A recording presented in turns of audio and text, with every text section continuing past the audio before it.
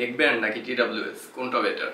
TWS smart choice, কিন্তু TWS এর তো অনেক দাম। চল তোকে একটা বাজেট ফ্রেন্ডলি ইয়ারবাডসের গল্প বলি। নিশ্চয়ই হাফ ইন ইয়ার? না, হাফ ইন ইয়ার না, এটা ইন ইয়ার ইয়ারবাডস এবং ডিজাইনটাও খুবই কম্প্যাক্ট। আপার সাইডটা টাচ পোর্শন। ইয়ারবাডসগুলোর ড্রাইভের উপরে নিচে দুইটা মাইক্রোফোন, বাটটির নিচে আছে একটা মাইক্রোফোন, যার ফলে কলে কথা বলার সময় অপর পাশে মানুষ স্পষ্ট শুনতে পারবে। এর বাইরে এয়ার টিপসগুলো খুবই সফট। বক্সে আরও 2 জোড়া এক্সট্রা এয়ার টিপস পাওয়া যাবে এবং টিডব্লিউএসগুলোর ওয়েট মাত্র 3.9 গ্রাম। এই বাজেটে কেসের বিল্ড কোয়ালিটিটা এভারেজ লেগেছে, তবে লিডটা জোস। প্রাইস কত সেটাই তো বললি না। তুই বেশি বুঝিস, দাম তো মোশন ভিউর ওয়েবসাইটে গেলেই দেখতে পারবি।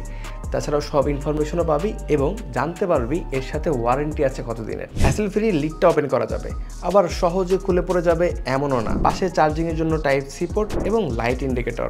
বাডস এবং কেস দুটোই matte finished, looking just like a wow. Reset button নেই? না, রিসেট বাটন নেই। বাডসগুলোতে ব্লুটুথ 5.2 এবং 8 মিলিমিটার ডাইনামিক ড্রাইভার দেওয়া হয়েছে। সাউন্ড কোয়ালিটি নিয়ে একটু পরে কথা বলছি। 6টা অডিও আউটপুট মোড দেওয়া হয়েছে, SBC, ASC, A2DP, AV, RCP, HEP, HSP। বাডসগুলোতে 35 mAh এবং কেসটিতে 310 mAh এর ব্যাটারি দেওয়া হয়েছে। বাডসগুলো এই কেস থেকে একবার ফুল চার্জ করলে 5 থেকে 6 ঘন্টার ব্যাকআপ পাওয়া যাবে এবং বাডস আর কেস মিলিয়ে সর্বোচ্চ 20 থেকে 22 ঘন্টার backup.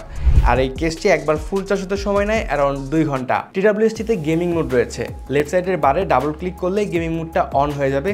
Low latency but not appropriate for gaming.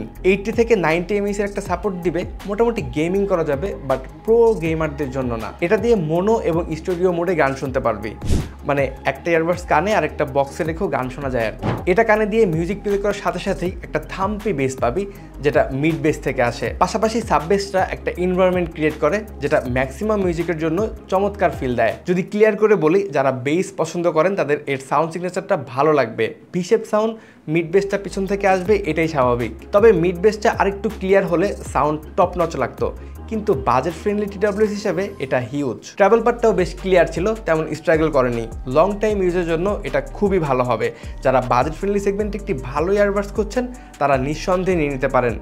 আর তুইও। কল কোয়ালিটিও ডিসেন্ট ছিল, বেশ ভালোভাবেই কথা বলতে পেরেছি।